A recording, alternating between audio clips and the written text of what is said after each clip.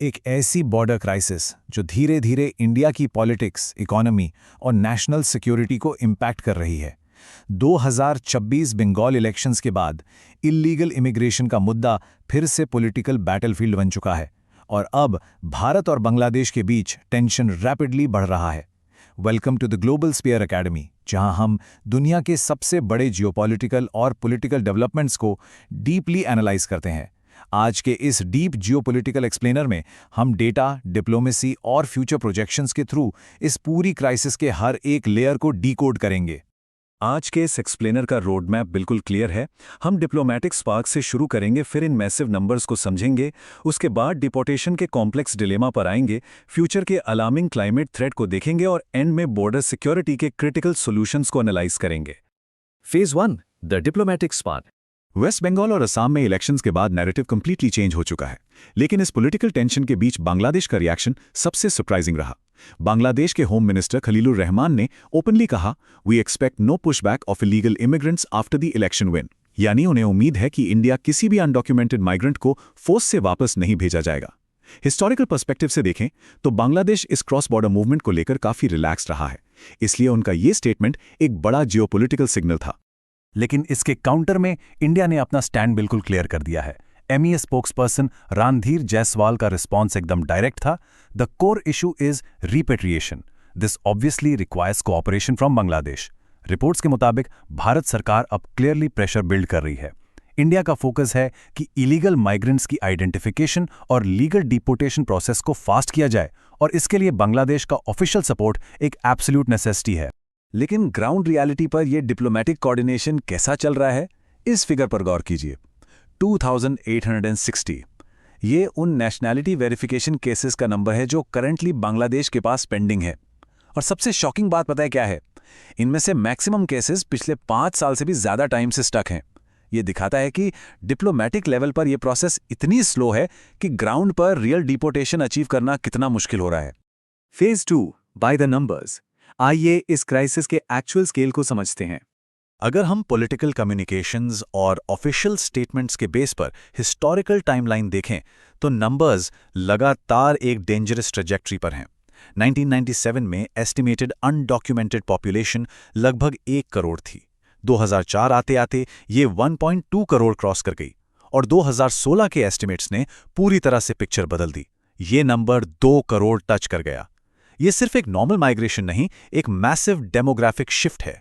Imagine कीजिए 2 करोड़ लोग। ये सिर्फ एक नंबर नहीं है। जब एक डेवलपिंग इकोनॉमी में करोड़ों अनडॉक्यूमेंटेड इंडिविजुअल्स एंटर करते हैं तो अर्बन एरियाज और इंफ्रास्ट्रक्चर पर एक एक्सट्रीम प्रेशर बन जाता है।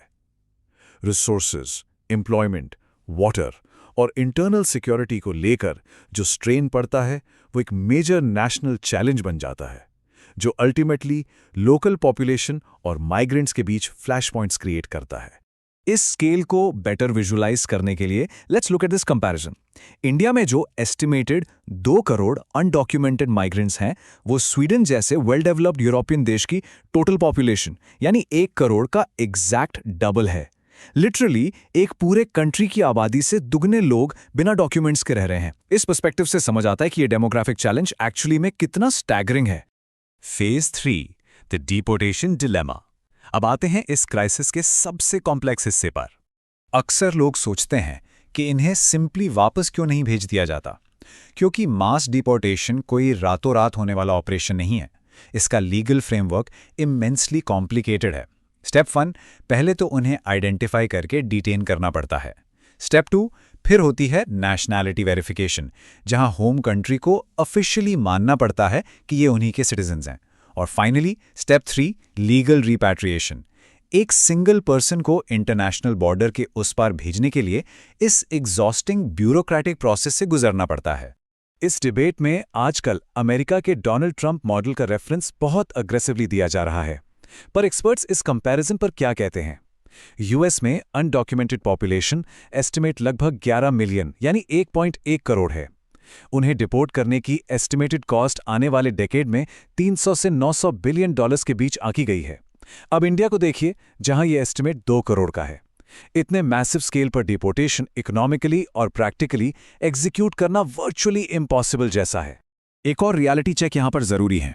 ये नंबर देखिए, 5 लाख।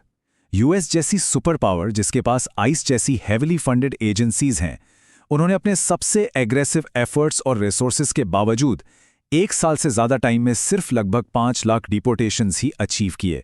ये एक स्टार्क रिमाइंडर है कि मास डिपोर्टेशन कंसेप्चुअली कितना भी स्ट्रांग लगे, ग्राउंड पर लॉजिस्टिकली ये एक एब्सोल्यूट नाइटमेयर है। Phase 4, the climate change threat. ये क्राइसिस फ्यूचर में और भी डार्क होने वाली है। अगर करंट सिचुएशन कॉम्प्लेक्स है तो आने वाला फ्यूचर और भी अलार्मिंग है। एक्सपर्ट्स वार्न कर रहे हैं कि क्लाइमेट चेंज आने वाले दशकों में एक ब्रूटल माइग्रेशन वेव क्रिएट करेगा।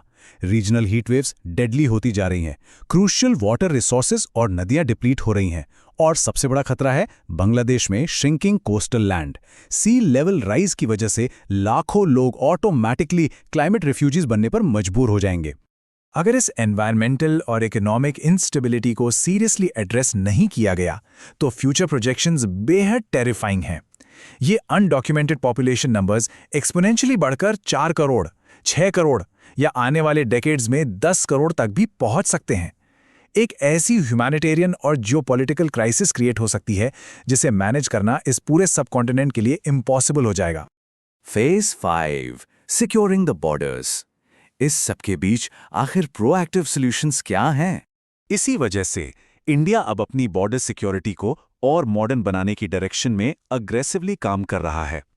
एक्सपर्ट सजेस्ट करते हैं कि हमें इमीडिएटली एडवांस्ड सैटेलाइट मॉनिटरिंग और स्मार्ट सर्वेलेंस सिस्टम्स इंप्लीमेंट करने होंगे।